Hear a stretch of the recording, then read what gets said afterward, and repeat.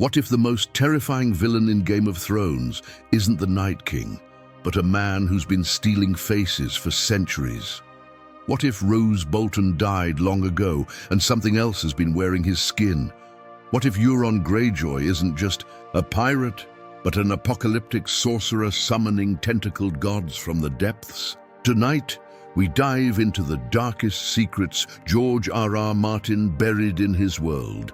These aren't just fan theories, they're hidden truths that will change how you see every character, every prophecy, every mysterious death, from immortal skin stealers to time-traveling ravens, from secret Targaryens to ancient empires that predate dragons.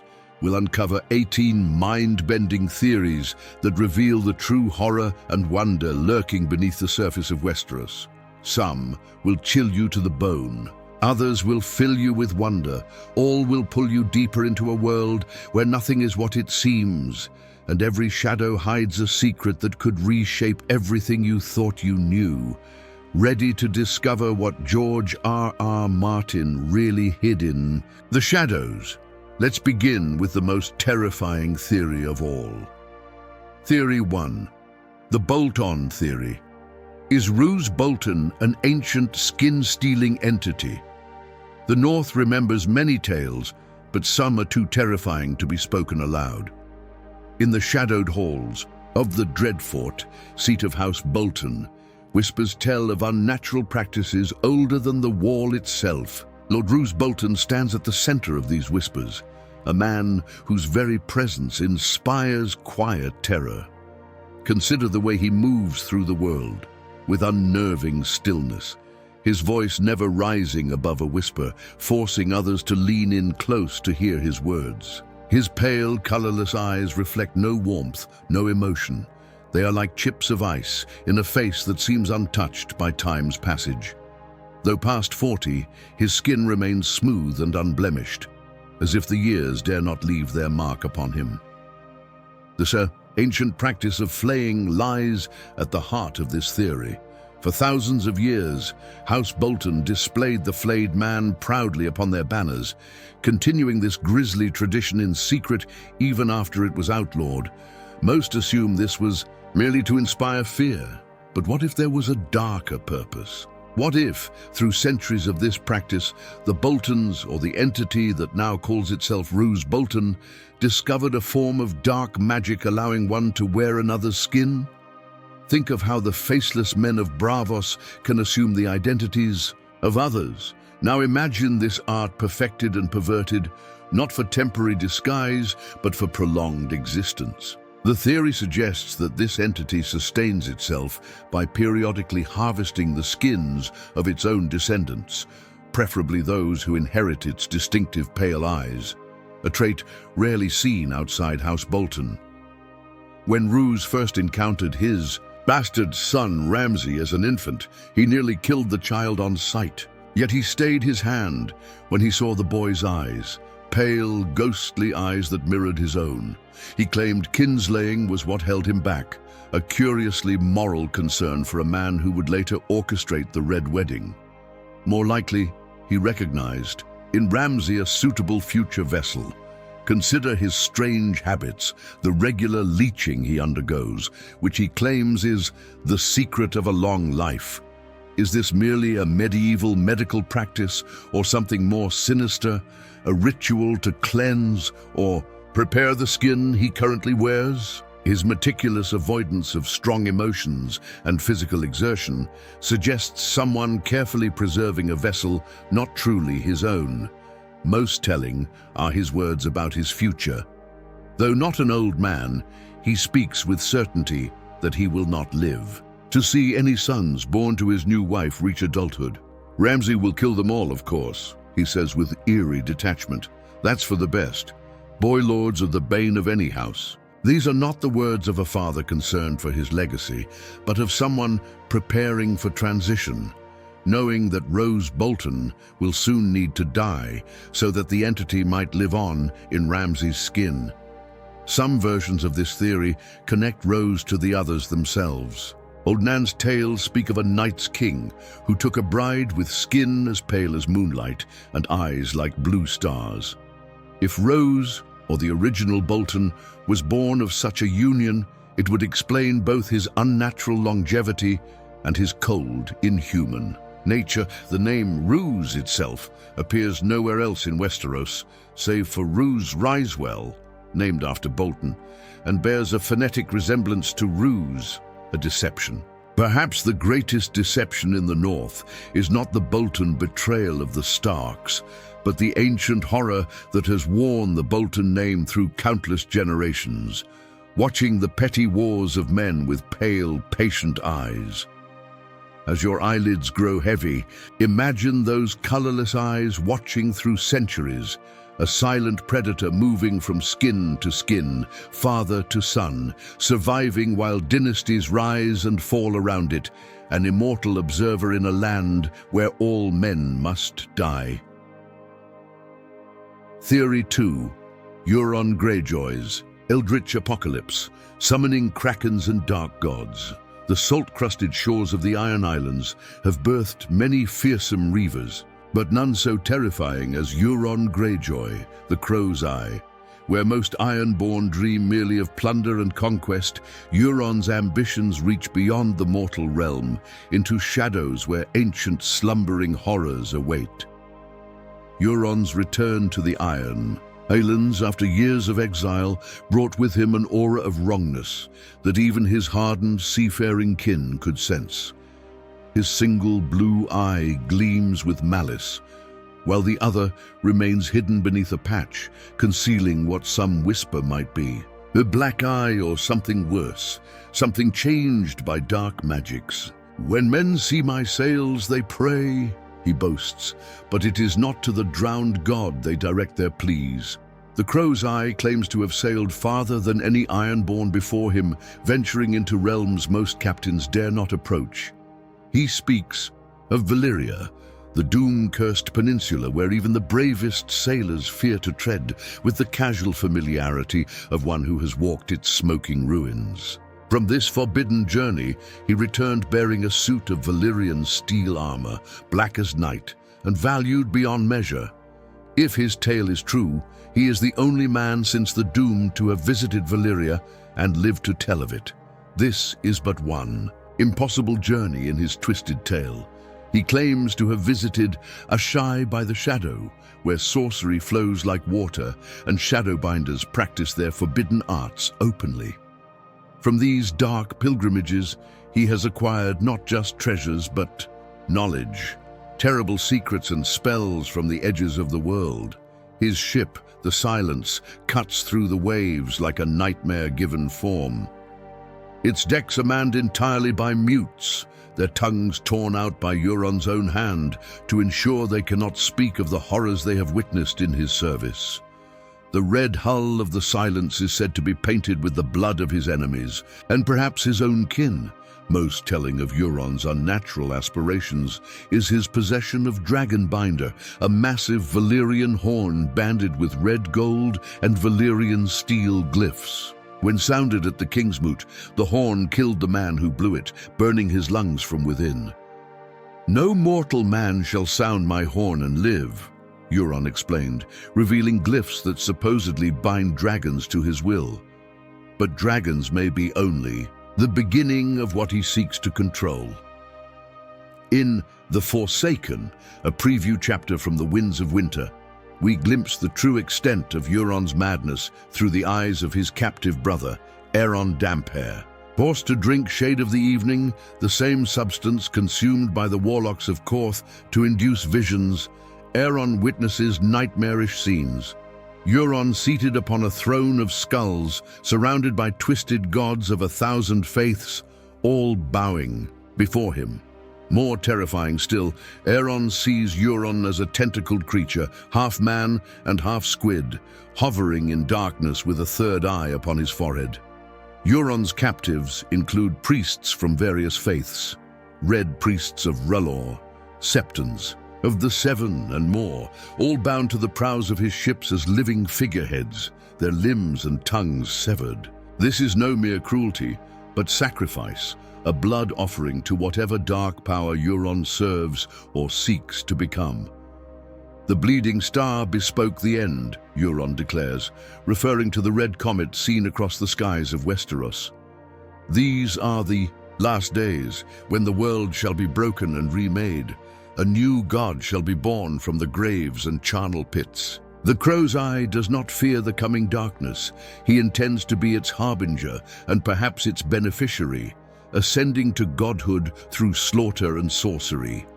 Some theorize that Euron intends to summon krakens from the depths, ancient leviathans capable of dragging whole ships beneath the waves. Others believe he means to bring down the wall itself, perhaps by binding one of Daenerys' dragons to his will using the Dragonbinder horn. In doing so, he would usher in the Long Night, releasing the others to scour Westeros with cold death. As you drift towards sleep, imagine the dark waters of the Sunset Sea stirring, ancient things awakening to Euron's forbidden call. Tentacles rise from fathomless depths, and in the gathering storm, a one-eyed figure stands laughing upon the deck of a blood-red ship, arms spread wide to embrace the end of all things. Theory 3. The Blackfire in the Golden Company. Is Aegon Targaryen a mummer's dragon? In the warm waters off the coast of Essos sails a ship carrying a secret that could reshape the future of the Seven Kingdoms. Aboard this vessel is a young man with silver-gold hair and purple eyes, telltale Targaryen features, who calls himself Aegon Targaryen, the sixth of his name, rightful heir to the Iron Throne. He claims to be the son of Prince Rhaegar Targaryen and Princess Elia Martell, spirited away from King's Landing before the sack while another infant died in his place. His tale is compelling, his bearing regal, and his education seemingly perfect for kingship. Yet beneath this polished surface lies a mystery that has captured the imagination of many readers. Is this young man truly who he claims to be, or is he the latest player in a game of deception spanning generations? The evidence against young Griff's identity begins with his supporters. The Golden Company, renowned as the finest and most loyal sellsword company in Essos, broke its long-standing contract to support his claim. This might seem unremarkable until one considers the Golden Company's origins. Founded by Igor Bittersteel Rivers, a legitimized Targaryen bastard who supported his half-brother Daemon Blackfire's rebellion against the legitimate Targaryen line, the Golden Company has spent generations fighting for Blackfire pretenders. Beneath the gold, the bitter steel, goes their saying, a reference to both their founder's nickname and the enduring grudge they bear. For a century, the Golden Company has sought to place a Blackfire descendant on the Iron Throne. Now suddenly they support a purported Targaryen? This stark reversal demands explanation, and the simplest one is that young Griff is not a Targaryen at all, but a Blackfire descendant, the culmination of their century-long struggle. Daenerys Targaryen's visions in the House of the Undying lend further credence to this theory. She witnesses a cloth dragon swayed on poles amid a cheering crowd, a mummer's prop, a false dragon. Later, the mysterious Quaithe warns her explicitly, beware the mummer's dragon. The word mummer immediately calls to mind Varys the Master of Whisperers, who began his career as a mummer actor and maintains extensive connections to the theatrical world. A mummer's dragon would thus be a false Targaryen, a pretender controlled by Varys. Varys and his co-conspirator, the wealthy Pentoshi merchant Illyrio Mopatis, have dedicated enormous resources to young Griff's cause. While they claim to support him out of loyalty to the realm or the Targaryen dynasty, their actions suggest deeper, more personal motives. The theory proposes that Illyrio's mysterious deceased wife, Serra, described as having silver-gold hair and possibly Lysene or Valyrian features, was in fact the last female descendant of the Blackfire line. This would make young Griff, potentially Illyrio's own son, a Blackfire by blood, explaining the merchant's extraordinary investment in the boy's future. When Varys visits the dying Kevan Lannister in the epilogue of A Dance with Dragons, he speaks, at length, about young Griff's superior education and preparation for rule. Notably, he emphasizes these qualifications rather than definitively confirming the boy's bloodline. This careful choice of words allows for the possibility that while Varys believes in young Griff's potential as a ruler, he knows the young man's claimed identity is fabricated. The supposed rescue of infant Aegon during the sack of King's Landing also raises questions. Varys claims he switched the royal baby with a Pisswater prince, a tanner's son from Flea Bottom. Yet this plan would have required extraordinary foresight and precise timing during the chaos of war. More problematically, witnesses described the dead infant's head as smashed beyond recognition by Gregor Clegane, convenient for anyone later claiming the real Aegon survived, as no one could definitively say the murdered child was not a substitute. If young Griff is indeed a Blackfyre pretender, it recontextualizes much of the series' recent history.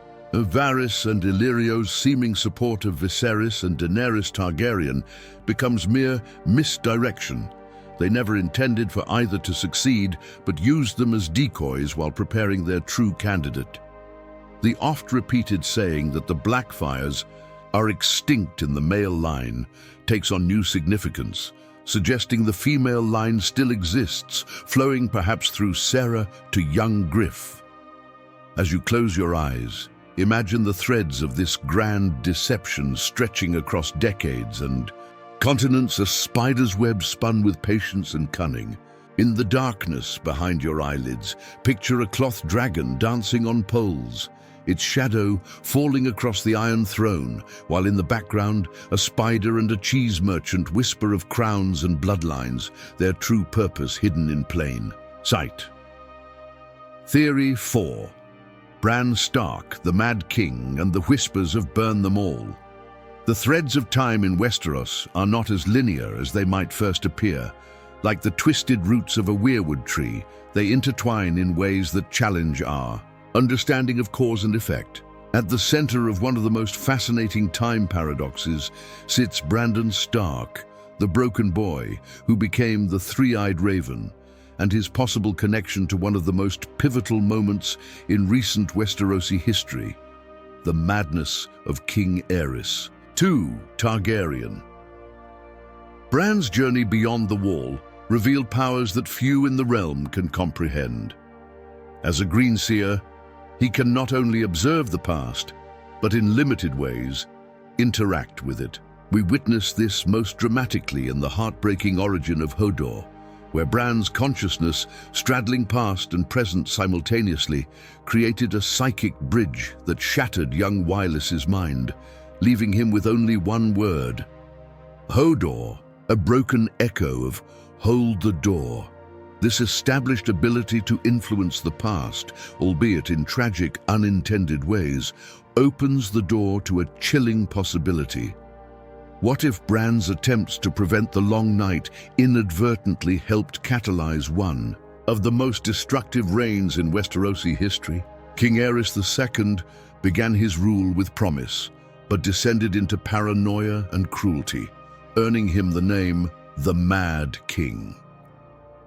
In his final hours, as Robert Baratheon's rebellion reached the gates of King's Landing, Aerys gave his pyromancers a command that would have destroyed the capital and its 500,000 inhabitants. Burn them all. The wildfire plot was foiled by Jaime Lannister, who slew the king and earned his epithet Kingslayer. But the king's final maniacal repetition of burn them all has echoed through history. The theory proposes that these words were not merely the ravings of a madman, but the fragmented remnants of a warning from the future. Bran, witnessing the rise of the White Walkers through his green sight, may have attempted to communicate with Aerys across time, warning him about the coming threat. From beyond the wall, burn them all, not as a command to destroy King's Landing, but as a desperate instruction regarding the only known weakness of the Whites: fire. We know that communication through the Weirwood network is imperfect at best. When Bran called out, To his father at the Tower of Joy, Ned Stark perceived only a whisper on the wind, turning briefly before dismissing it. For Aerys, predisposed to instability and potentially sensitized to magical influences by his Targaryen blood, these whispers might have been more perceptible but equally fragmentary. Disconnected phrases that wormed into his consciousness with no context. Imagine Aerys already teetering on the edge of paranoia after his imprisonment during the defiance of Duskendale, suddenly hearing disembodied voices urging him to burn them all. Without understanding the true threat of the others, he might naturally interpret these whispers as referring to his perceived enemies, the Starks, the Baratheons, the Lannisters, and eventually all of King's Landing. The tragic irony of this theory is profound. Bran, attempting to prevent future catastrophe, becomes the catalyst for past tragedy. The ink of history, as the previous three-eyed raven warned, is already dry. Bran cannot change what has happened, only fulfill his role within events that have already occurred. This creates a perfect closed loop. The rebellion that ultimately led to Bran's birth and his journey to become the three-eyed raven was itself influenced by Bran's actions from the future. This theory also recasts Aerys, not simply as a villain, but as a victim, a man driven to madness by incomprehensible forces beyond his control or understanding. His obsession with wildfire takes on new meaning. Perhaps on some level, he understood the true threat, but could not articulate it consciously. His instinct to use fire against the coming darkness perverted by his deteriorating mind. The phrase, "burn them all," echoes again when Daenerys has her vision in the House of the Undying, where she sees her father on the Iron Throne, giving the order. Is this vision merely a historical glimpse, or a warning about the cyclical nature of time and fate in Westeros? As sleep begins to claim you, consider the haunting possibility that time in this world is not a river flowing in one direction, but a pool where ripples from the future may touch the past. Imagine the whispers of a boy not yet born, driving a king to madness. Words meant to save humanity, becoming the match that nearly burned a city to ash. In the darkness behind your closing eyelids, hear the whispers for yourself. Burn them all, burn them all, burn them all. Theory 5. The Night Lamp, Stannis' icy gambit at the Crofters' village. Winter has come to the north, harsh and unforgiving.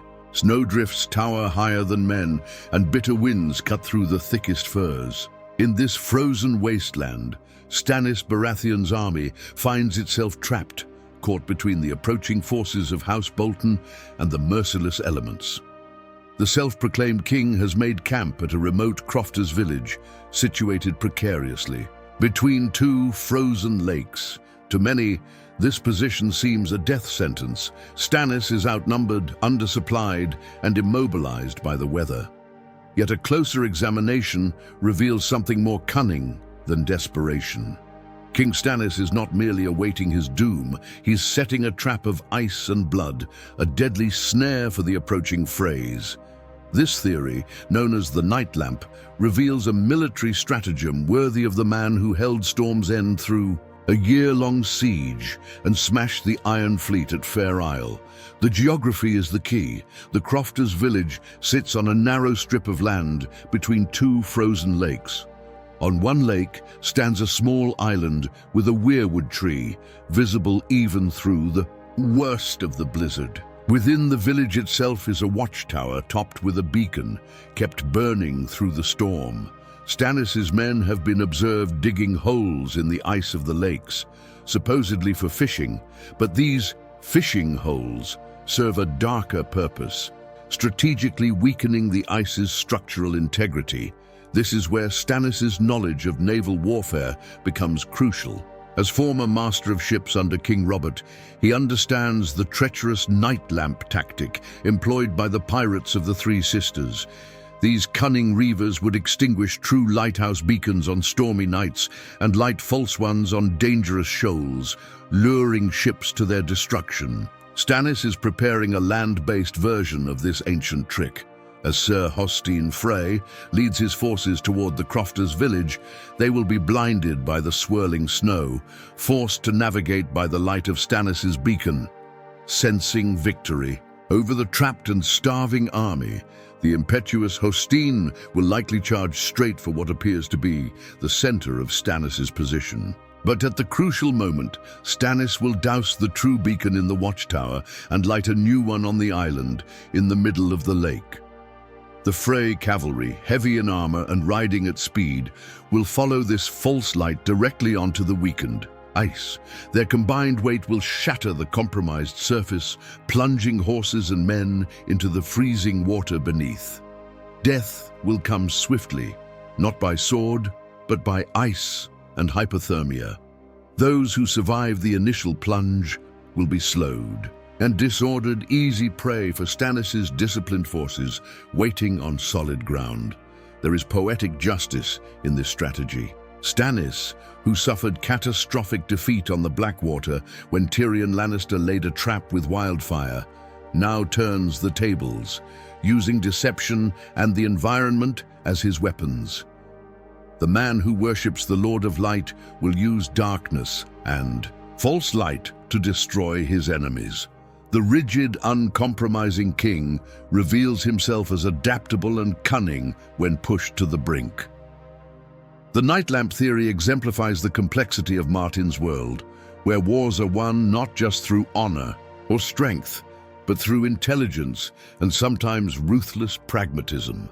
Stannis, often derided as inflexible, demonstrates that beneath his stern exterior lies the mind of a master tactician, willing to use any advantage, even treachery, to achieve victory. As you drift deeper towards sleep, envision the scene: the howling blizzard, the distant lights appearing and disappearing in the snow, the ominous creaking of ice, and then the sudden, terrifying moment of realization as the surface gives way beneath hundreds of armored men, their screams swallowed by the freezing waters and the relentless storm. Theory 6. The Grand Northern Conspiracy. The North remembers. The North appears broken. The flayed man of House Bolton flies over Winterfell. The Stark children are scattered to the winds, and the Red Wedding has seemingly extinguished the dream of Northern independence. Yet beneath this cloak of defeat stirs a patient, calculated resistance, a conspiracy of lords and ladies who have not forgotten their loyalties, nor forgiven those who betrayed them. At the heart of this shadow war sits Lord Wyman Manderley of White Harbor, outwardly a picture of defeat and acceptance. His substantial girth and jovial demeanor belie a mind sharp with purpose and a heart burning with vengeance. To the Boltons and their Frey allies, he presents himself as a broken man, willing to bend the knee and even marry his granddaughters to Freys to secure peace. Yet in the privacy of the Wolf's Den, he reveals his true face to Davos Seaworth, whom he has secretly spared from execution. "My son Wendell came to the twins a guest," Lord Manderley tells Davos, his voice trembling not with fear but with rage. "He ate Lord Walder's bread and salt and hung his sword upon the wall to feast with his friends. And they murdered him, murdered, I say, and may the Freys choke upon their fables. The North remembers, Lord Davos. The North remembers, and the Mummer's farce is almost done." These words unveil the true heart of the North, not conquered, but waiting. The violation of Guest right at the Red Wedding has not cowed the Northern Lords, but unified them in silent, implacable opposition. The Manderleys, the Glovers, the Mormonts, the Umbers, at least some factions, and the Mountain clans all harbor an undying loyalty to House Stark, biding their time as winter descends. Evidence of this conspiracy manifests in chilling ways. At the wedding feast of Ramsay Bolton and the false Arya Stark, Lord Manderley presents 3 massive pies to the assembled guests. After serving the Boltons and Freys, he requests a song about the Rat Cook, a legendary figure cursed by the gods. for killing a guest beneath his roof and feeding him to his unknowing father in a pie. Manderley eats 6 portions himself, his appetite suddenly voracious. The implication is as horrifying as it is satisfying. The 3 missing Freys who had been Manderley's guests have become the feast, a cold dish of northern revenge served. Beneath the very noses of their kin, the conspiracy extends beyond mere vengeance. Robert Glover works with Manderley in secret, coordinating with other loyal houses. Lady Barbary Dustin, though bitter toward Ned Stark for personal reasons, reveals to Theon the widespread northern hatred for the Freys and their allies. Even the Karstarks, who broke with Robb Stark after he executed their lord, may not be as loyal to Bolton as they appear. Central to the conspiracy is the search for a surviving Stark heir to rally behind. Manderley has tasked Davos Seaworth with retrieving Rickon Stark from the island of Skagos, promising his considerable forces to Stannis Baratheon only if the boy returns safely. Meanwhile, Lady Maege Mormont and Galbart Glover carry Robb Stark's will, believed to legitimize Jon Snow and name him heir to Winterfell, into the Neck, the swampy borderlands controlled by the enigmatic Crannogmen. The conspirators employ a ballet of feigned loyalties, secret communications, and patient accumulation of strength. Lord Manderley has been building warships in secret, preparing a naval force while professing peaceful intentions. Northern mountain clans have rallied to Stannis, seeing in him a path to vengeance against their enemies. Even the Night's Watch, bound to political neutrality, finds itself drawn into these currents as Jon Snow receives the cryptic message, "The North remembers." This grand conspiracy reveals the true nature of Northern character, not just its vaunted honor, but its long memory and cold, patient vengeance. Winter is the time of the wolf, and as the Stark words have always warned, winter is coming. For those who betrayed the North, the falling snow heralds not just the changing of seasons, but the fulfillment of an ancient promise. The North remembers. As you feel the weight of sleep drawing you deeper, imagine the quiet plotting in firelit halls across the North, the whispered plans passed between loyal retainers, the patient sharpening of swords long kept hidden, all awaiting the moment when the direwolf will howl once more across the snowy wasteland, and the debts of blood will finally be paid in full. Theory 7. The Secrets of Asshai by the Shadow.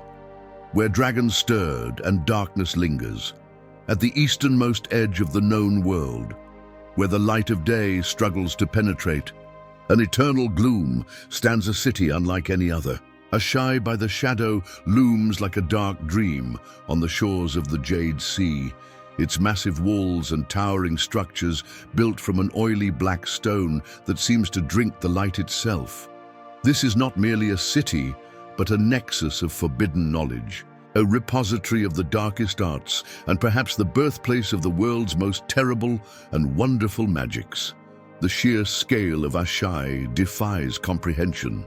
Its black walls could reportedly contain Volantis, Korth, King's Landing, and Old Town combined, yet its population is smaller than that of a modest market town. By night, only one building in 10 shows any sign of life, giving the impression of a vast abandoned necropolis rather than a living city. The sparse inhabitants glide through streets wide enough for 20 men to ride abreast, masked and veiled against the poisonous air that seems to permeate everything. No children cry in Asshai, no animals thrive within its walls. Horses brought by ship soon perish, and merchants must carry their goods on their own backs. The river Ash that flows through the city runs black beneath the sun and glows with an unnerving green phosphorescence by night. Its waters are toxic, and the blind, deformed fish that somehow survive in its depths are consumed only by the desperate or the damned. All food and fresh water must be imported, suggesting a city that should not, perhaps cannot, sustain life, yet endures nonetheless. Who then dwells in this city of shadows? Here gather the practitioners of arts forbidden elsewhere, necromancers who whisper to the dead, blood mages who draw power from sacrifice, shadow binders who command the darkness itself, warlocks, pyromancers, aeromancers and sorcerers of every description practice their crafts openly, without the constraints of law or morality found in other lands.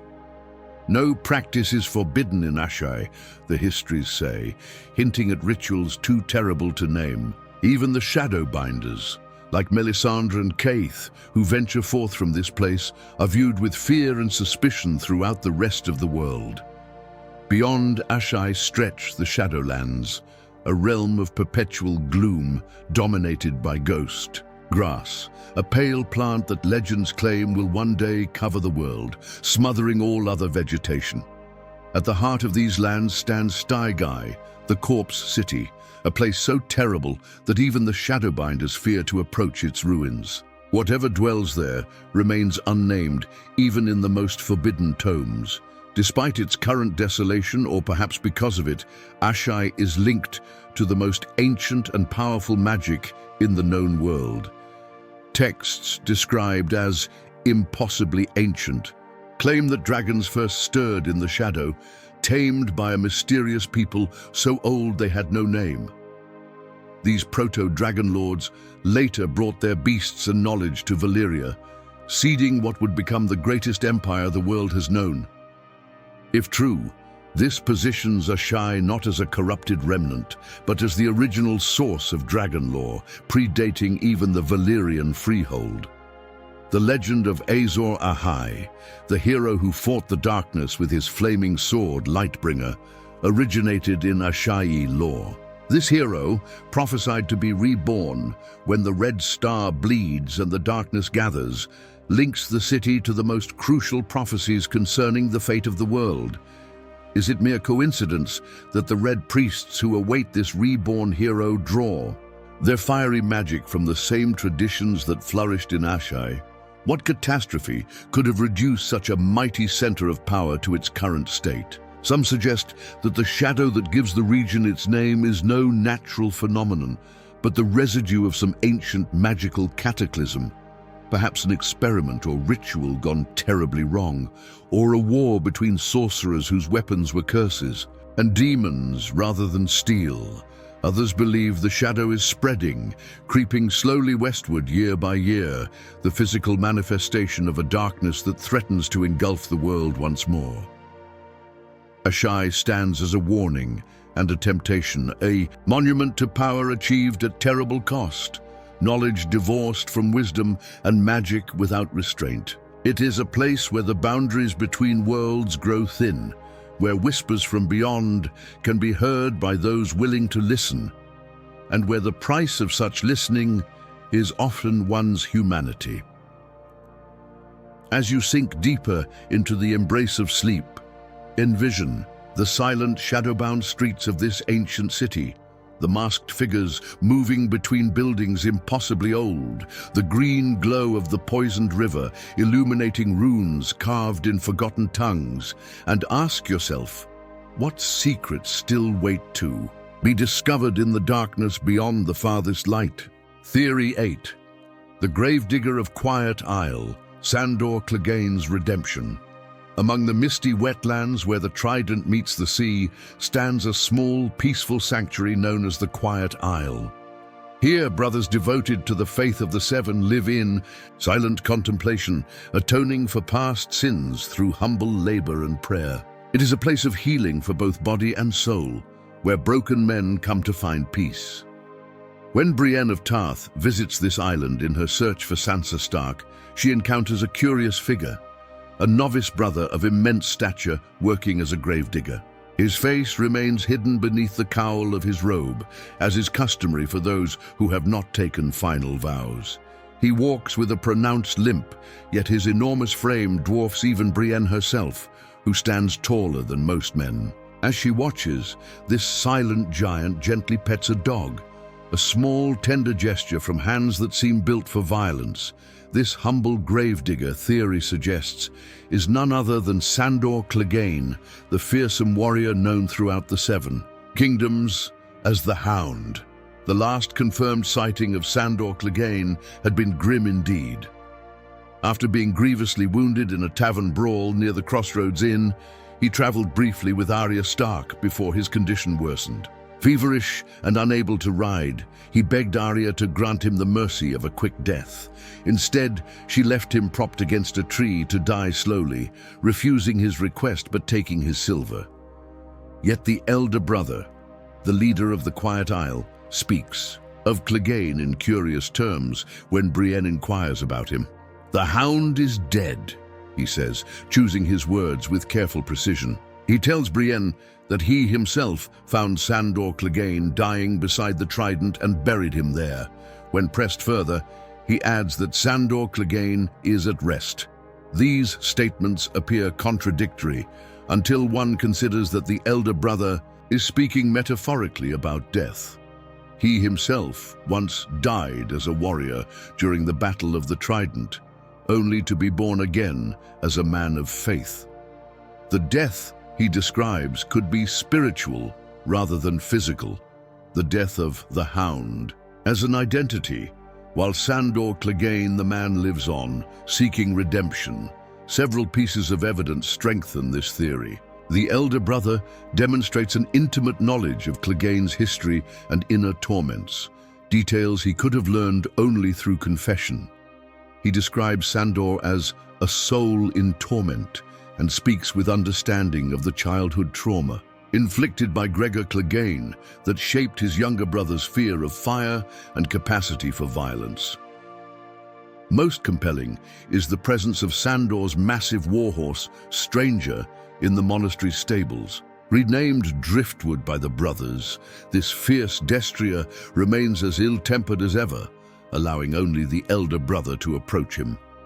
Stranger was notorious for tolerating no rider but Sandor himself, making his presence on the Quiet Isle a powerful connection to his former master. The theory paints a poignant picture of redemption. Sandor Clegane, whose life had been defined by violence, hatred, and a thirst for vengeance against his monstrous brother, now digs graves rather than filling them. The man who once served as a Lannister attack dog now labors in silent penitence, his fearsome visage, half handsome, half ruined by burn scars, hidden beneath a humble hood. The warrior who scorned knights as hypocrites may have found a measure of the true honor and peace that had eluded him throughout his bitter life. This interpretation resonates deeply with the themes of redemption and second chances that run through Martin's work. It suggests that even for someone as scarred by hatred as the Hound, there remains the possibility of change, of finding a quieter, more meaningful existence than the path of violence.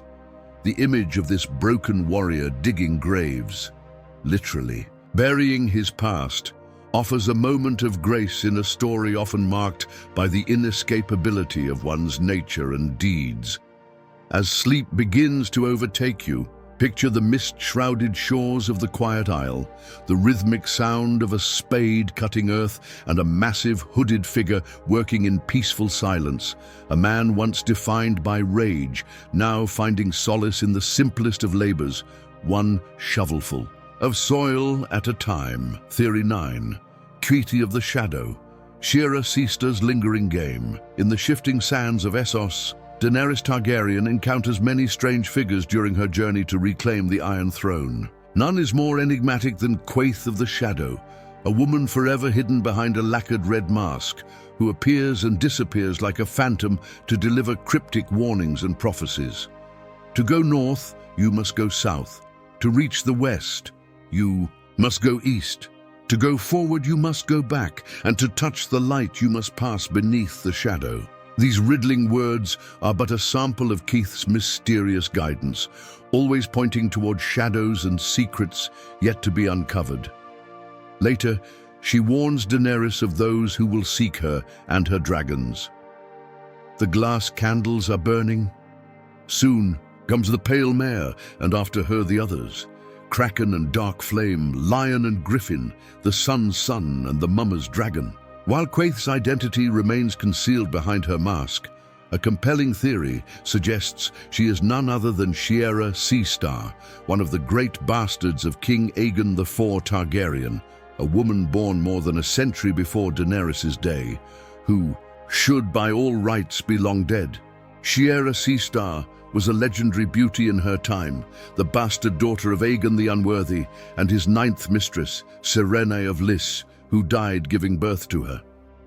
Her very name means Star of the Sea, and the star imagery surrounding Quaithe, whose mask is described in one of Daenerys' visions as carved of starlight, creates an immediate connection between these two figures.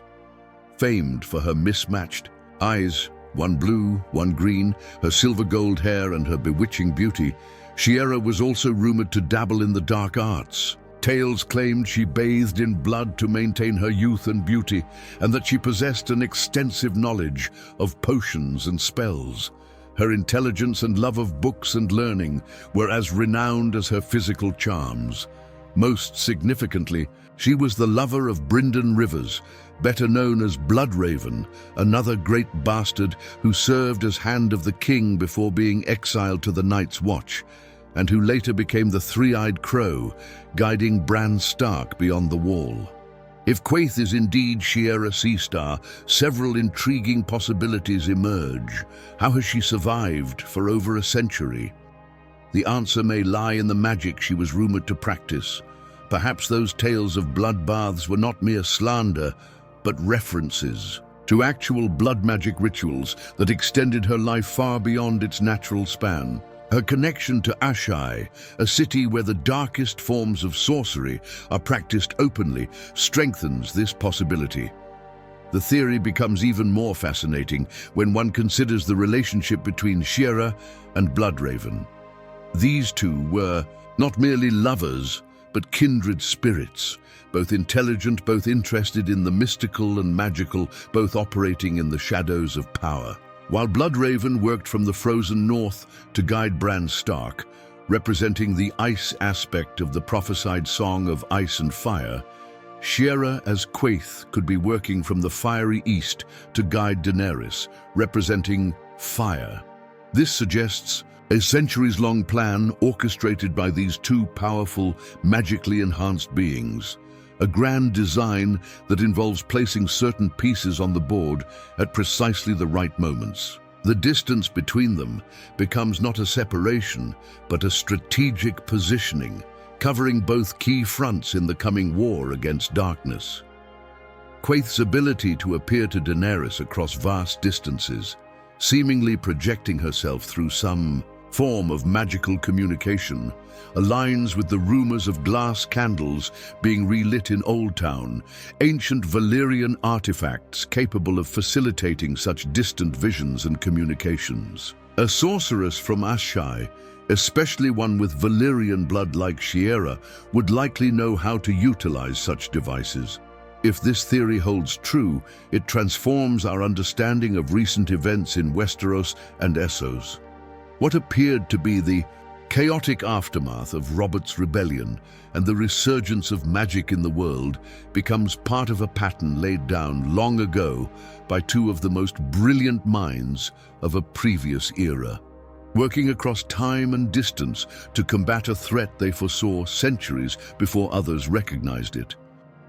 As your consciousness drifts toward dreams, imagine this ancient beauty behind her starlight mask, watching the mother of dragons from afar. Her mismatched eyes, one blue as sapphires, one green as emeralds, seeing patterns across centuries that others cannot perceive.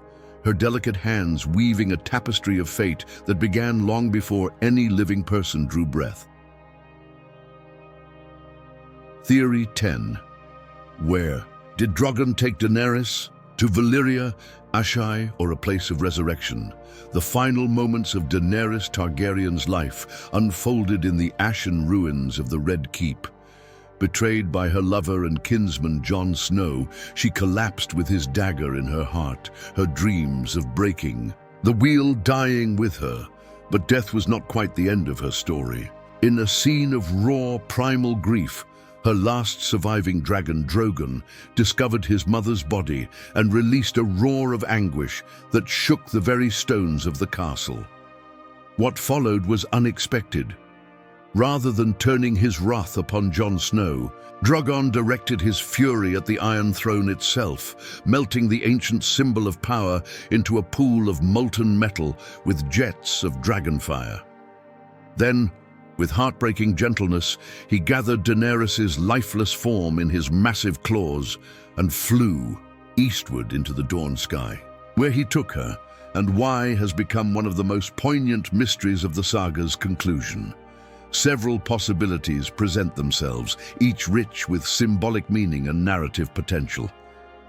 The first, and perhaps most straightforward destination, would be the ruins of Valyria, the ancestral homeland of House Targaryen. Though cursed and destroyed since the Doom, this shattered peninsula remains the spiritual heart of dragon magic and the origin of Daenerys' bloodline. Targaryens have traditionally cremated their dead, often on funeral pyres lit by dragonfire. Drogon, acting on some deep instinctual understanding of his mother's heritage, may have taken her to the one place in the world where a Targaryen queen could receive a fitting funeral. Amidst the smoking ruins where dragons and dragon lords once ruled supreme, there, in the land that birthed her house's power, Daenerys could return to Ash, completing the cycle begun when she walked into Khal Drogo's funeral pyre and emerged with 3 newly hatched dragons. A second, more mystical possibility leads to Asshai by the Shadow. This ancient, mysterious city at the edge of the known world is a place of powerful sorcery and forgotten knowledge. Drogon's eastward flight aligns with this direction, and Asshai holds unique significance in Daenerys' story. Legends claim dragons originated in the Shadowlands beyond Asshai before being tamed by the earliest dragon lords, who later brought them to Valyria. If any place in the world holds secrets of life, death, and resurrection beyond common understanding, it would be this city of Shadowbinders and Fire Mages. Perhaps the most hopeful theory suggests that Drogon took Daenerys to Volantis, specifically to the temple of the Lord of Light. Kinvara, the high priestess of the Red Temple of Volantis, had previously declared Daenerys to be the one who was promised, a messianic figure in the religion of R'hllor. The priests and priestesses of this faith have demonstrated the ability to resurrect the dead, as witnessed with Beric Dondarrion and Jon Snow himself. This theory is supported by a small but significant detail: Samwell Tarly's mention that Drogon was last seen flying east toward Volantis. Could the dragon, sharing some mysterious bond with his mother that transcends death, have instinctively sought out those with the power to bring her back? Daenerys' Targaryen blood, her connection to fire magic being the Unburnt, and her potential role in prophecies central to the Red Faith make her an ideal candidate for such resurrection magic. Whether Drogon's act was a final journey to lay his mother to rest among her ancestors, a desperate quest to find magical restoration in the East, or simply the grief-driven instinct to carry her far from the land that betrayed her, it remains one of the most emotionally resonant mysteries of the saga. The Mother of Dragons, who began her journey in exile in the East, returns there in death, perhaps to find peace, perhaps to find rebirth, but certainly to escape the bloody politics of the realm she sought to rule. As you hover on the threshold of sleep, imagine the silhouette of a dragon against the dawn sky, bearing his precious burden toward distant horizons unknown. Picture the smoking ruins of Valyria, the shadow-wrapped spires of Asshai, or the gleaming red temples of Volantis, each a possible final destination for the last Targaryen queen, each offering a different kind of resolution to her interrupted Song of Ice and Fire. Theory 11. The Great Empire of the Dawn. Lost precursors to Valyrian dragon lords. Long before the Valyrian freehold tamed dragons and forged their famous steel, before the first men crossed the Arm of Dawn, an ancient civilization of immense power and sophistication held dominion over much of Essos. This realm, known in ancient texts as the Great Empire of the Dawn, has faded into myth and legend, but whispers of its glory and fall echo still across the millennia, hinting at the true origins of dragons, magic, and perhaps even the Long Night itself. According to the oldest surviving chronicles kept by the priestly scribes of Yi Ti, this legendary empire flourished for 10,000 years, its domain stretching from the Shivering Sea to the Jade Sea.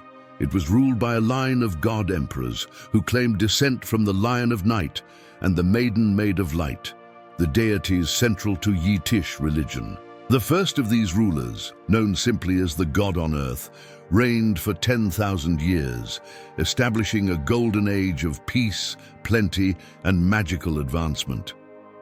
Upon his ascension to the heavens, the God on Earth was succeeded by the Pearl Emperor, who ruled for 1,000 years. Then came the Jade Emperor, the Tourmaline Emperor, the Onyx Emperor, the Topaz Emperor, and the Opal Emperor. Each ruled for centuries, but each reign grew shorter and more troubled as the empire's glory began to fade. Its borders contracted, its people grew wicked, and darkness gathered at the edges of the realm. The empire's golden age ended with terrible finality during the reign of the Amethyst Empress. This ruler, described as a woman of unparalleled wisdom and beauty, was murdered by her own brother, who cast her down and proclaimed himself the Bloodstone Emperor. This usurper practiced dark arts, enslaved his people, and took a tiger woman for his bride. Most blasphemously, he abandoned the traditional gods of Yi Ti and began to worship a black stone that had fallen from the sky. This blood betrayal, as it became known, is said to have ushered in the Long Night, a generation of darkness when the sun hid its face for years and ice covered even the southern lands. Many cultures across the world have legends of this terrible winter, and the hero who ended it, Azor Ahai, with his flaming sword Lightbringer, Hurkun the hero, Yintar, Nefarian, and Eldrick Shadowchaser, are all names given to this figure in different traditions. The physical evidence of this ancient empire remains most visible in the Five Forts, a series of massive fortresses along the northeastern frontiers of Yi Ti. Each fort rises nearly 1,000 feet high and is constructed from enormous fused black stone slabs. This building technique is strikingly similar to that used by the Valyrians, who melted and shaped stone with dragon fire. Yet the Five Forts are explicitly stated to predate both Yi Ti and Valyria by thousands of years. Their purpose appears defensive. They guard against threats from the feared Grey Waste and the lands of the Shrikes.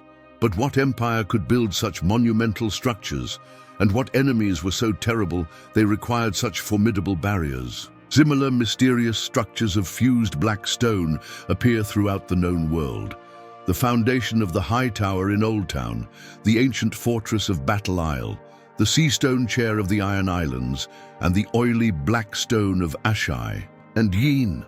These scattered remnants suggest a global civilization or influence, one that possessed advanced knowledge of stonecraft and likely dragonfire. The connection between the great empire of the Dawn and dragons grows stronger when one considers the visions Daenerys Targaryen experienced in the House of the Undying. She saw figures with silver-gold hair and purple eyes, Valyrian features, but with gemstone eyes of opal and amethyst, tourmaline and jade, directly echoing the gemstone emperors. These ghostly figures carried swords of pale fire, whispering, "We live again in you, Daenerys Targaryen. We share your dreams and your dragons, those who once were ours. Remember us." This vision suggests a direct lineage between the ancient empire and the Targaryens, perhaps indicating that the Valyrians were not the first dragon lords, but inheritors of an older tradition. The fall of this empire and the subsequent Long Night may have been the result of a cosmic event. Perhaps the black stone worshipped by the Bloodstone Emperor was a meteorite whose impact triggered global climate catastrophe. Or perhaps it was the consequence of magical overreach, a cautionary tale of power divorced from wisdom. The pattern seems to repeat. The great empire of the Dawn fell into darkness, and millennia later, so too did Valyria in the Doom. The Targaryens escaped the latter only to nearly destroy themselves through civil war and decline. As your mind drifts toward the borders of sleep, consider this cycle of rise and fall, of light and shadow. Imagine the fused black walls of the 5 forts standing against a darkened sky, sentinels guarding against ancient terrors. Picture gemstone-eyed emperors wielding bright blades of magic and dragons soaring above palaces long since returned to dust. In the darkness behind your eyelids, glimpse the shadowy threads that connect the distant past to the present, suggesting that the song of ice and fire has been sung before and may be sung again.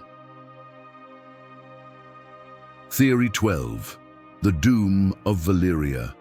Caused by the Faceless Men, the Doom of Valyria stands as perhaps the most cataclysmic event in recent history, an apocalypse that transformed the world's greatest civilization into a smoking ruin overnight. 4 centuries before Aegon's conquest, in a single day of fire and earthquake, the Valyrian Freehold, an empire built on dragonfire, sorcery, and slavery, was utterly destroyed. The 14 Flames, the chain of volcanoes that had provided Valyria with both its power and its wealth, erupted simultaneously. The peninsula shattered, the land collapsed, the sea rushed in, and within hours, the greatest concentration of dragonlords, sorcerers, and knowledge in the world was obliterated.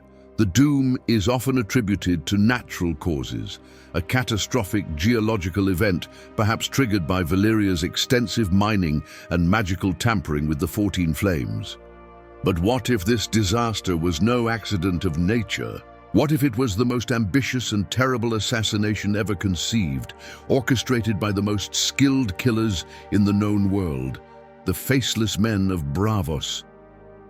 The origins of the Faceless Men lie in the volcanic mines beneath the 14 Flames themselves, where thousands of slaves from across the Valyrian Freehold labored in hellish conditions to extract gold and precious ores. The heat was so intense that flesh would cook within its own skin, and the toxic gases and smoke ensured that few slaves survived long.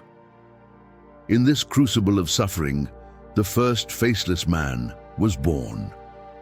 As the kindly man recounts to Arya Stark during her training at the House of Black and White, this first assassin witnessed the desperate prayers of slaves from countless different lands and faiths, all begging their various gods for release from torment. Moved by their suffering, he began to deliver the gift of death to those who sought it, granting them the mercy their masters denied them. But the kindly man's tale does not end there. He adds an ominous coda. The first Faceless Man, eventually, decided that the masters, too, deserved his gift. He would bring the gift to them as well, he tells Arya, before adding cryptically, "But that is a tale for another day, one best shared with no one." This heavy implication that the Faceless Men eventually turned their deadly arts against their Valyrian oppressors forms the foundation of this theory. How could even the most skilled assassins bring down an entire civilization? The answer may lie in the nature of Valyria's relationship with the 14 Flames. Historical texts suggest that the Valyrians employed a cadre of powerful fire mages to control the volatile volcanoes, essentially channeling and suppressing their destructive potential to allow for safe mining. These mages, through constant spellcasting, maintained the delicate balance that kept the 14 Flames from erupting. The theory proposes that the nascent Faceless Men, having grown from a single merciful killer into an organized guild of death dealers, identified these fire mages as the linchpins of Valyrian stability. In a meticulously coordinated series of assassinations, they eliminated a critical mass of these essential mages simultaneously. With the controlling magic suddenly failing, the pent-up geological forces of the 14 Flames were unleashed in a cataclysmic chain reaction. An alternative version suggests the Faceless Men may have exploited the constant rivalries between Valeria's 40 great houses. These Dragonlord families competed viciously for power and influence, often through bloodshed. The Faceless Men could have accepted contracts from these quarreling houses to eliminate each other's key mages, ensuring that none realized the cumulative effect until it was too late. The Dragonlords, in their arrogance and ambition, may have unwittingly paid for their own destruction. The aftermath of the Doom changed the face of civilization. Braavos, founded by escaped slaves who had hidden their city from Valyrian detection through secrecy and mist, revealed itself to the world only after the Doom confirmed their former masters could never threaten them again. The emergence of the Secret City and the subsequent rise of the Iron Bank paralleled the growth and influence of the Faceless Men, who established their public temple, the House of Black and White, openly in Braavos. These concurrent developments suggest a deep connection between Braavosi prosperity and the fall of Valyria.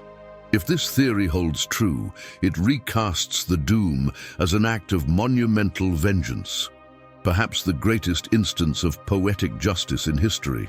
The very slaves upon whose broken backs the Valyrian freehold built its power eventually became the architects of its destruction. The fires that had forged their chains consumed their masters, and the darkness into which they had been cast swallowed. The bright glory of dragonfire and sorcery. As sleep begins to claim you, envision the 14 Flames erupting in terrible synchronicity, the skies over Valyria turning black with ash, the great spires and towers crumbling into a boiling sea. And somewhere far to the northwest, in a city veiled by protective mists, imagine a group of serene, faceless figures watching the distant horizon glow red, their ancient debt of blood finally paid in full. Theory 13. Howland Reed, the keeper of Westeros's greatest secret. In the misty swamps of the Neck, the narrow causeway known as the King's Road threads its way between the north and the south, hemmed in on both sides by bogs, quicksand, and floating islands that seem to shift position overnight. This treacherous landscape is home to the Crannogmen, a secretive folk led by an even more enigmatic lord, Howland Reed of Greywater Watch, a castle said to move, floating on a crannog through the endless marshes, making it impossible for ravens or enemies to find. Howland Reed stands as perhaps the most important missing piece in the great puzzle of recent Westerosi history. Though mentioned frequently, he has yet to appear directly in the narrative. His absence made more conspicuous by the critical role he plays in multiple pivotal events. This small, slight man, described by his daughter Mira as brave but not large, carries secrets that could reshape the Seven Kingdoms. The most significant of these secrets concerns the events at the Tower of Joy in the Red Mountains of Dorne at the end of Robert's Rebellion. Lord Eddard Stark, accompanied by 6 companions, including Howland Reed, rode to this remote tower to rescue Ned's sister Lyanna from 3 knights of Aerys II's Kingsguard, Sir Arthur Dayne, Sir Oswell Went, and Lord Commander Gerald Hightower. The presence of these elite warriors, guarding a tower in the middle of nowhere rather than protecting their prince or king, has long prompted questions. The ensuing battle claimed the lives of all but Ned Stark and Howland Reed. According to Ned's recollection, shared in a fever dream, he would have died at the hand of Sir Arthur Dayne, the legendary Sword of the Morning, had Howland not somehow saved him.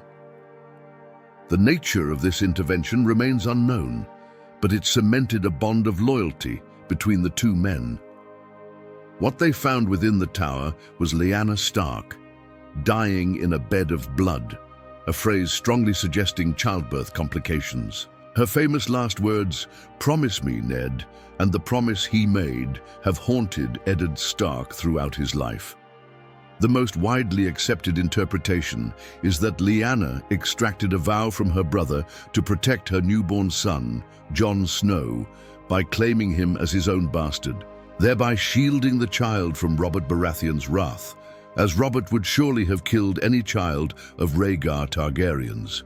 This makes Howland Reed the only living person who can corroborate Jon Snow's true parentage, that he is not Ned Stark's bastard, but the son of Rhaegar Targaryen and Lyanna Stark, a union of ice and fire and potentially the rightful heir to the Iron Throne.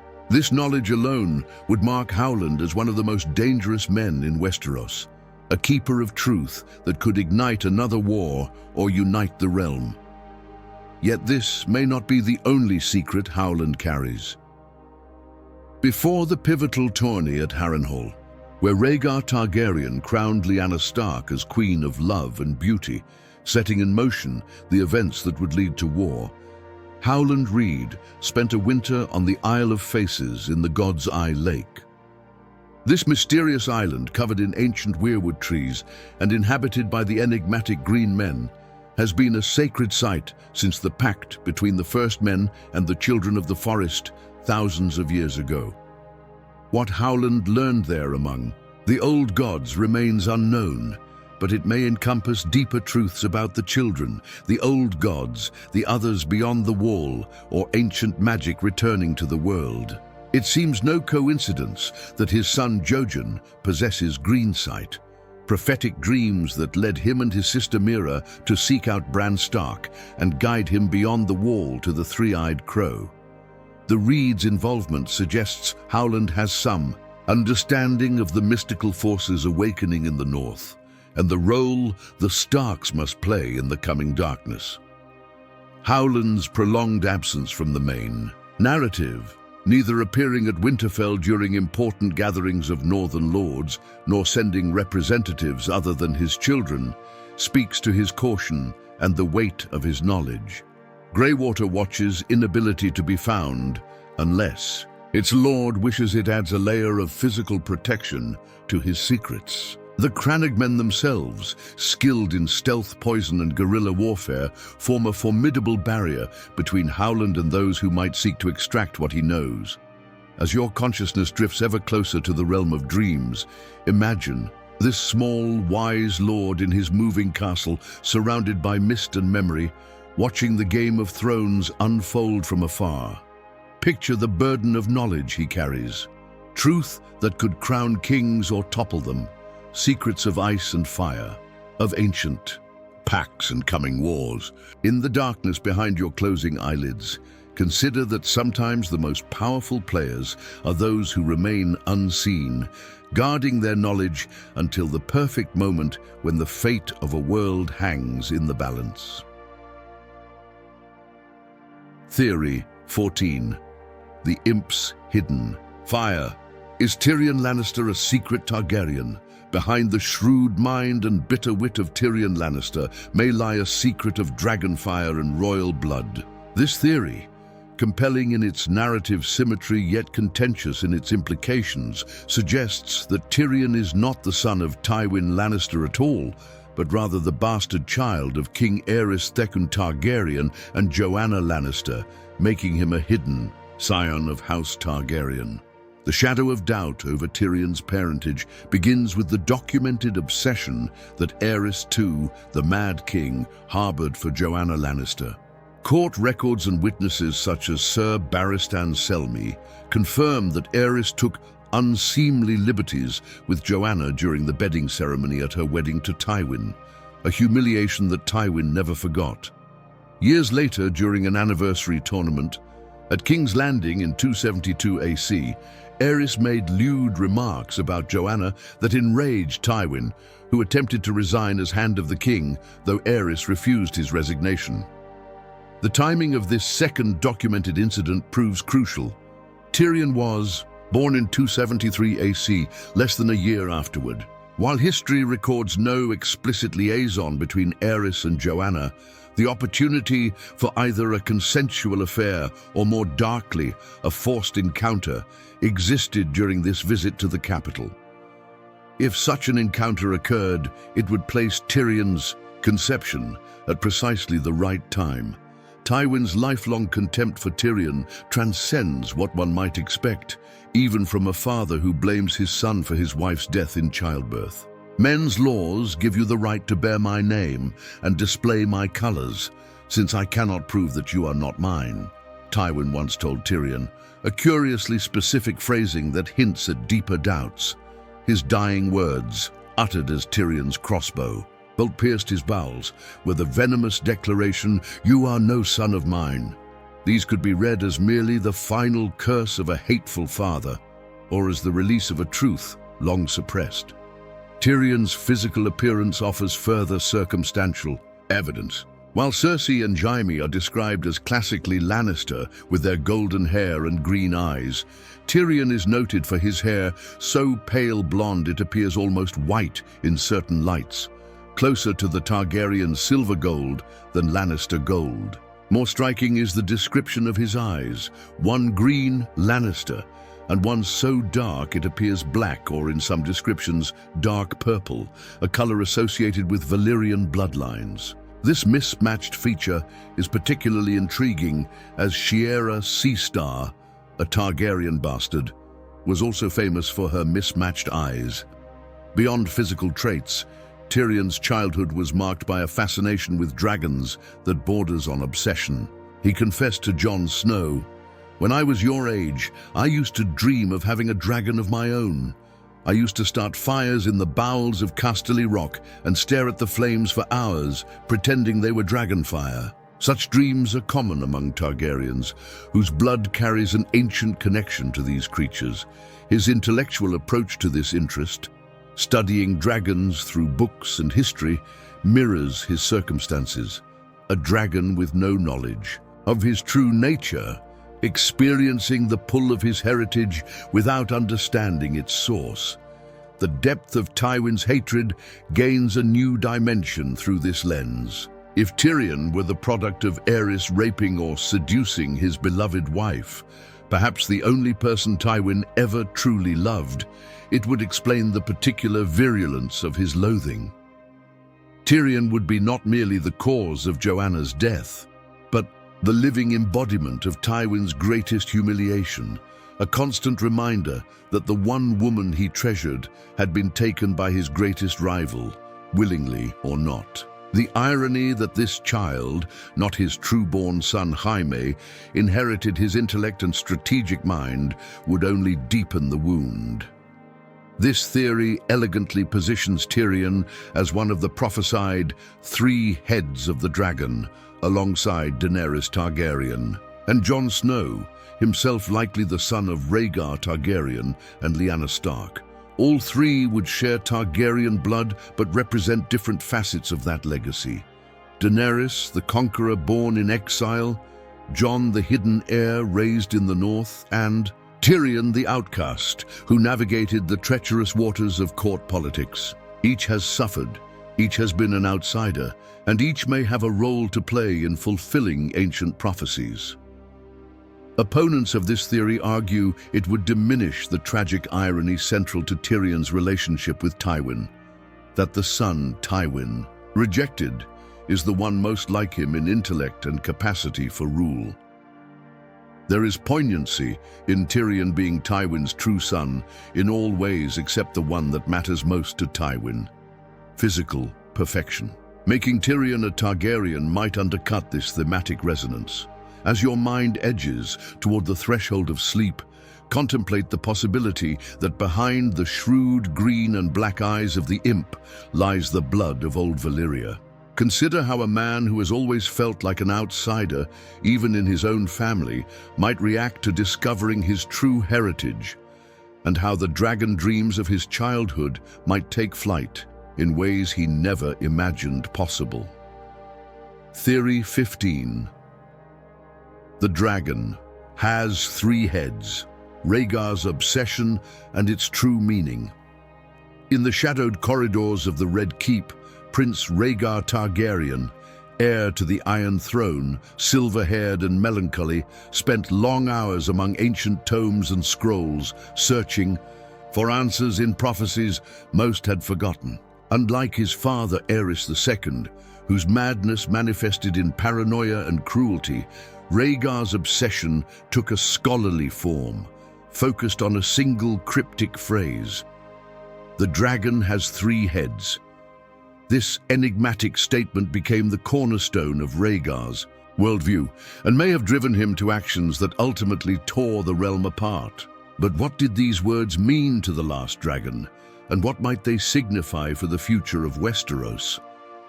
Our most direct glimpse into Rhaegar's fixation comes through Daenerys Targaryen's vision in the House of the Undying in Korth. There, she witnesses a spectral scene: her brother Rhaegar, his wife Elia Martell, and their newborn son Aegon.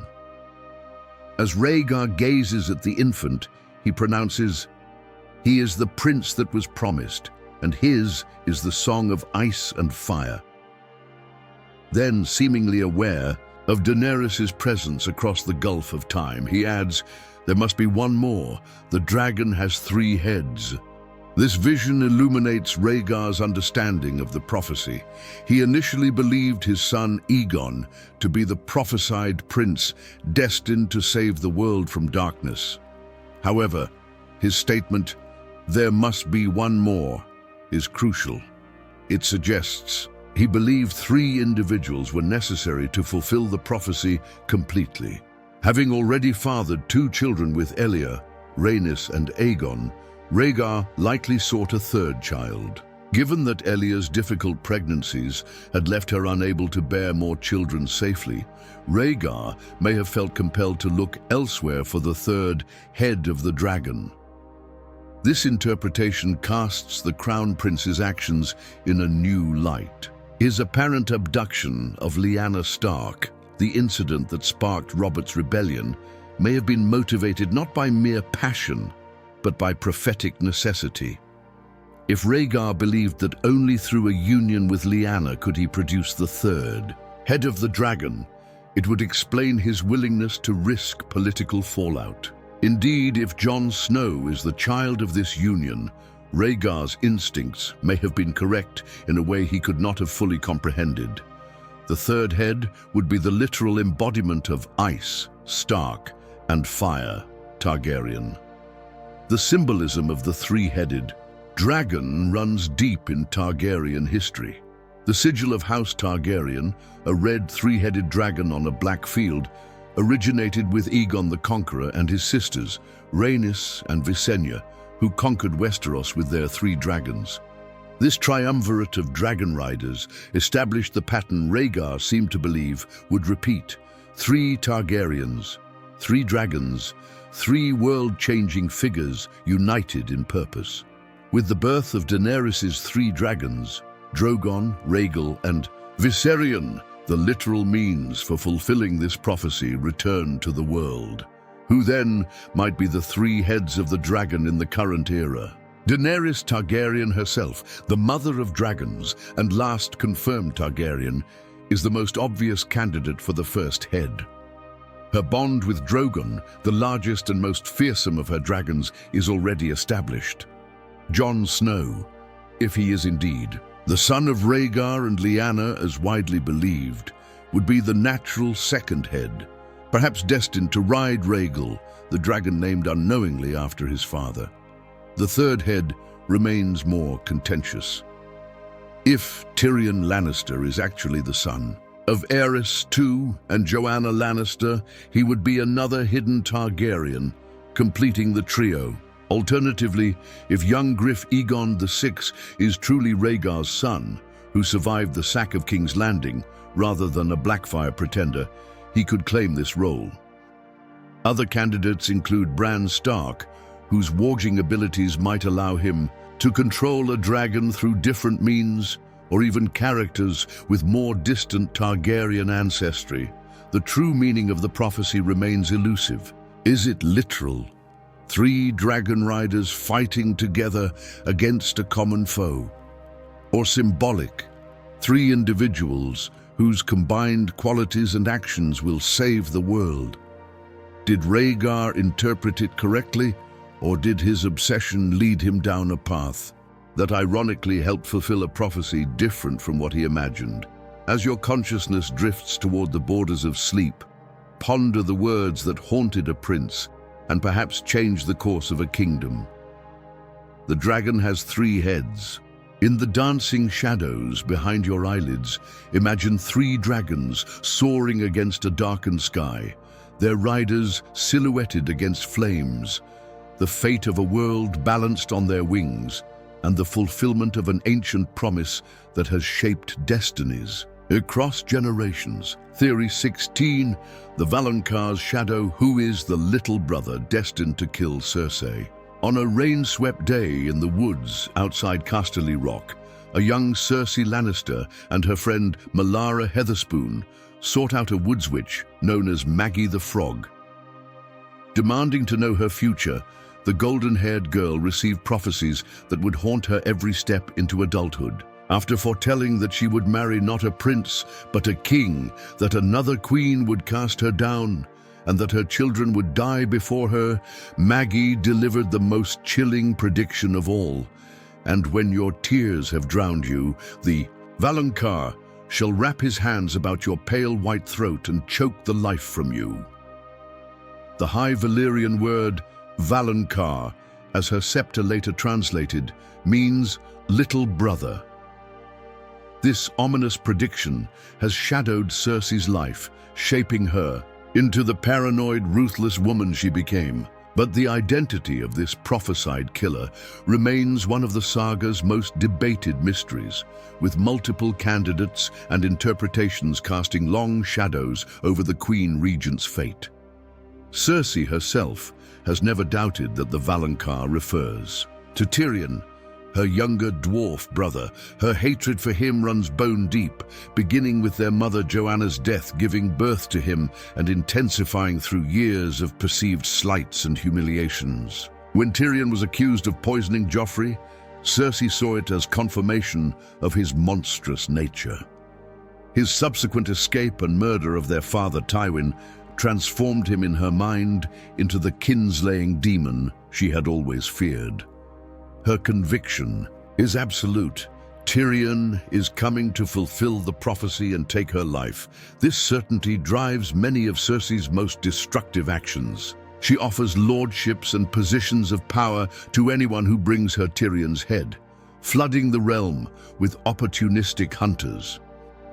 Her persecution of Tyrion's former wife, Sansa Stark, stems partly from the belief that the girl helped him escape and might reunite with him.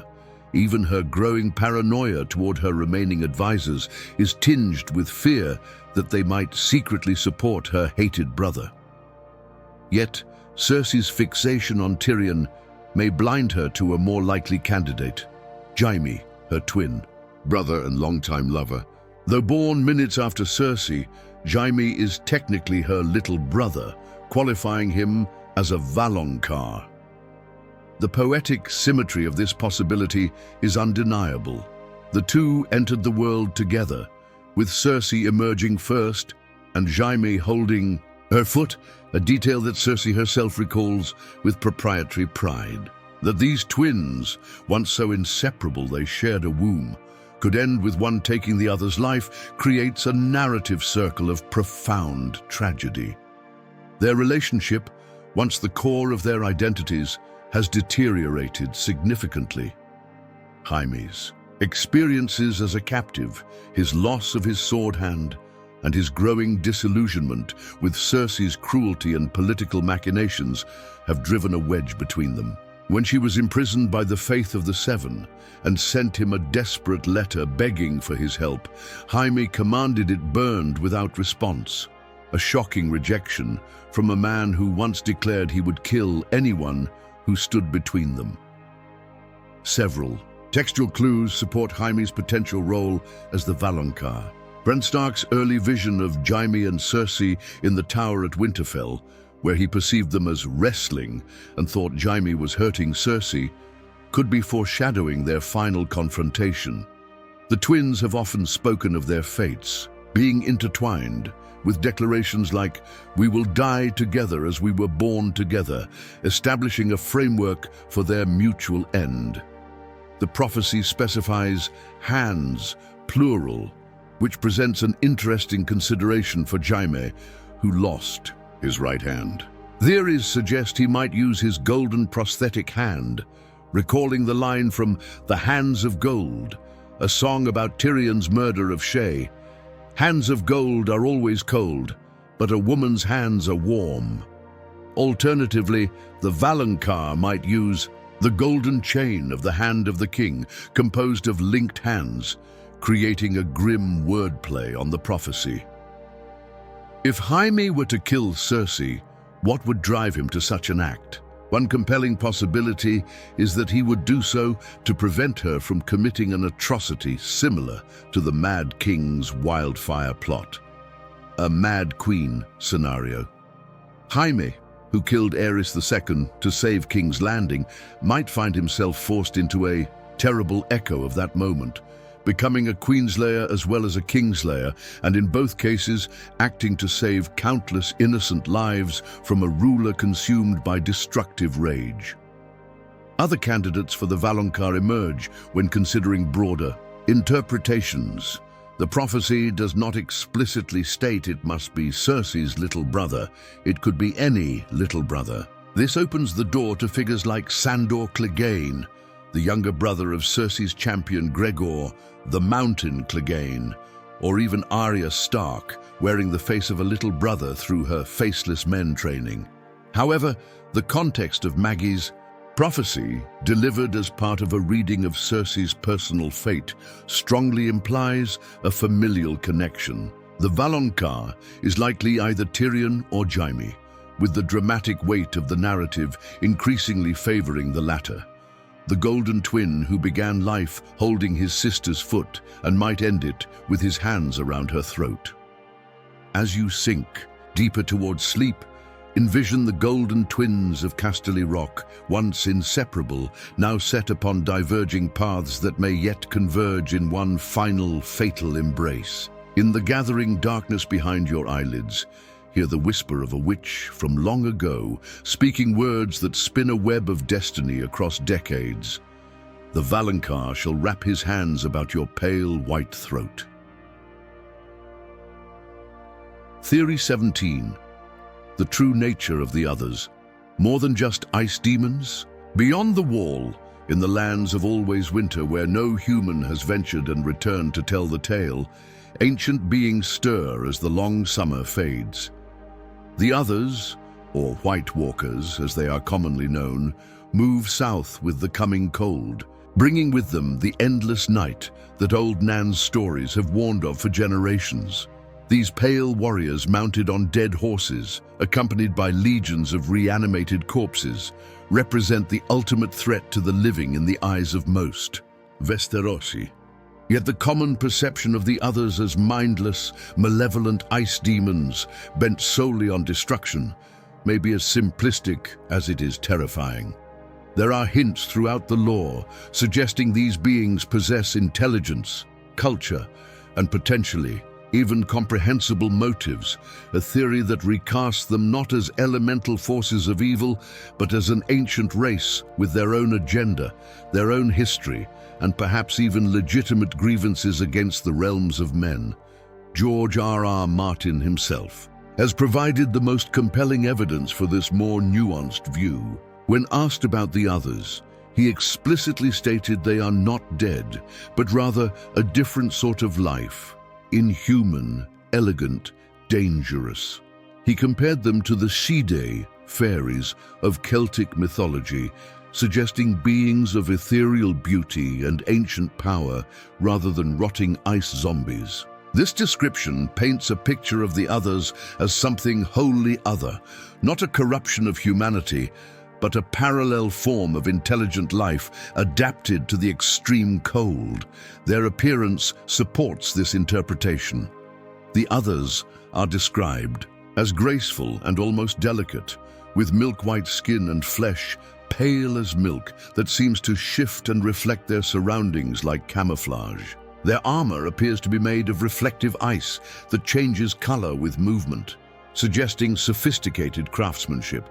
They wield translucent swords of crystal that are so cold they can shatter regular steel, indicating advanced materials. And weaponry, far from shambling monsters, they move with unearthly grace, light as snow on the wind. Perhaps most tellingly, the others possess language. In the prologue to A Game of Thrones, the Rangers of the Night's Watch hear the White Walkers speaking to one another in a language that sounded like the cracking of ice on a winter lake. This detail is crucial. Language implies communication, culture, and complex thought. Beings capable of speech have society, hierarchy, and values, even if these are alien to human understanding. The relationship between the others and humans may be more complex than simple predator and prey. The practice of Craster, the wildling, who sacrificed his newborn sons to the White Walkers, suggests a form of pact or exchange. His wives believe these infants are transformed into White Walkers themselves, implying the others do not merely slaughter humans, but can integrate them into their own kind through some mysterious process. This recruitment indicates a more sophisticated interaction than mindless destruction. Further evidence of potential complexity lies in the legends of the Night's King, the 13th Lord Commander of the Night's Watch, who allegedly took a female other, described as having skin as white as the moon and eyes like blue stars, as his queen. He then made sacrifices to the others from the Night Fort on the wall. This ancient tale speaks not of unending war, but of forbidden alliances and crossings of boundaries, suggesting the others are beings that can negotiate, desire, and form. Relationships, however twisted these may seem to human morality, what then might the others truly want? Several possibilities emerge from the scattered clues. They may be responding to a broken covenant, perhaps an ancient pact between humans and others, possibly brokered during the long night and sealed by the construction of the wall, has been violated.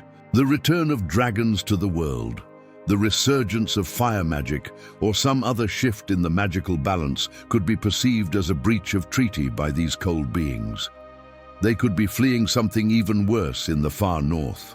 Just as the wildlings press south to escape the others, perhaps the others themselves are driven by a threat we have yet to glimpse. The true Great Other, mentioned in the faith of Ruller, perhaps, or some cosmic force tied to the irregular seasons of their world. The others might be guided by a cyclical perception of time, returning as part of an ancient pattern tied to the planet's unusual seasonal variations. What appears to humans as an invasion might be to them a migration, as natural and necessary as birds flying south for winter. Most intriguingly, they may be attempting to reclaim what was once theirs. If the others preceded humanity in Westeros, or shared the continent before being driven north by the First Men and the Children of the Forest, their advance could represent an attempt to reclaim ancestral lands from what they perceive as human. Usurpers, whatever their true nature and motives, acknowledging the others as intelligent beings rather than simply elemental forces of destruction, adds profound depth to the saga. It transforms the coming conflict from a straightforward battle of good versus evil into something more morally complex and ultimately more interesting. A clash between different forms of life with competing needs and incompatible ways of existing in the world. Message, as your mind drifts toward the border of sleep, imagine these elegant, dangerous creatures moving silently through northern forests, their crystalline swords gleaming in moonlight, their strange language echoing like ice cracking on a frozen lake. Consider that behind those bright blue eyes might lie not just hunger or hatred, but intelligence, memory, and purpose. An ancient consciousness as alien to human understanding as the depths of winter itself. Theory 18. What lies west of Westeros? an uncharted abyss or a path back east. The known world of ice and fire stretches from the Shadowlands beyond Asshai in the uttermost east to the Sunset Sea that crashes against the western shores of Westeros. While maps detail the eastern continents of Essos and Sotorios with varying degrees of accuracy, the vast watery expanse beyond the Iron Islands remains a realm of mystery and speculation. What lies west of Westeros? Is it an endless ocean, unknown continents, or perhaps a route that eventually leads back to the familiar East? For centuries, bold captains have attempted to answer this question by sailing into the sunset. Most never to return. Their disappearances have fed superstitions that the edge of the world lies just beyond the horizon. A great waterfall tumbling into the abyss, or waters so turbulent they swallow ships whole. Old Nan's tales speak of frozen seas with icebergs tall as castles, and hungry leviathans that could swallow ships whole, filling children's imaginations with equal parts wonder and dread about what waits beyond known waters. Brandon the Shipwright, a stark king of winter, represents perhaps the most famous failed expedition. This ancient ruler sailed his fleet into the Sunset Sea, vanishing without a trace. His son and heir, Brandon the Burner, was so devastated that he put the entire northern fleet to the torch, a decision that would shape the North's relationship with the sea for generations. This tragic episode cast a long shadow, deterring many subsequent attempts at westward exploration. The westernmost charted point in the known world is the Lonely Light, the seat of House Farwind, the most remote of the Iron Islands. Even other Ironborn consider the inhabitants of this isolated island somewhat strange, with Lord Gilbert Farwind claiming during the King's Moot that beyond the Sunset Sea lies a land without winter or want. Such declarations are typically dismissed as the ravings of a madman, but they reflect the persistent belief that something tangible exists across the western horizon. The most tantalizing account of successful westward navigation comes from Lady Elissa Farman, a noblewoman from Fair Isle who lived during the reign of King Jaehaerys Targaryen. Dissatisfied with her restricted life and dreaming of exploration, Elissa stole 3 dragon eggs from Dragonstone, which many believe later became Daenerys Targaryen's dragons, sold them to the Sea Lord of Braavos, and used the proceeds to build a magnificent ship called the Sun Chaser, specifically designed for deep ocean voyaging. With 2 companion vessels, she set sail westward from Old Town. After a journey of several months, they discovered 3 previously unknown islands, which Elissa named Aegon, Rhaenys, and Visenya, now collectively called the Farman Islands. While her companions were content with this discovery and turned back, Elissa pressed onward alone into the vast unknown, seemingly vanishing from history. Years later, during his famous 9 voyages, the legendary seafarer Corlys Velaryon, known as the Sea Snake, reportedly sighted a ship in the harbor of Asshai by the shadow that he firmly believed to be Elissa's Sun Chaser, though he could not confirm this with absolute certainty, as the vessel was old and weathered after decades at sea. The Sea Snake maintained until his death that Elissa had succeeded in circumnavigating the globe, proving that sailing west from Westeros would eventually lead to the far eastern shores of Essos. If true, this account suggests the world of ice and fire is indeed round, with the Sunset Sea and the Jade Sea forming a single great ocean separated only by distance, not by any supernatural boundary or edge. This possibility opens intriguing questions about potential undiscovered continents or archipelagos that might exist between Westeros and Essos. Lands untouched by dragons or White Walkers, perhaps with their own forms of magic, their own races, their own conflicts and histories playing out in parallel to the dramas of the known world.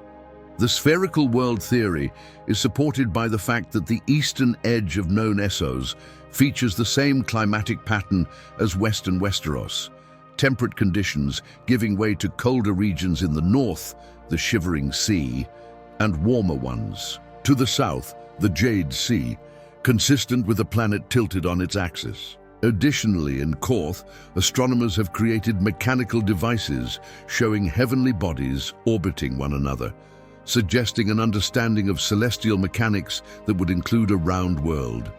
Yet the dangers of such voyages cannot be overstated.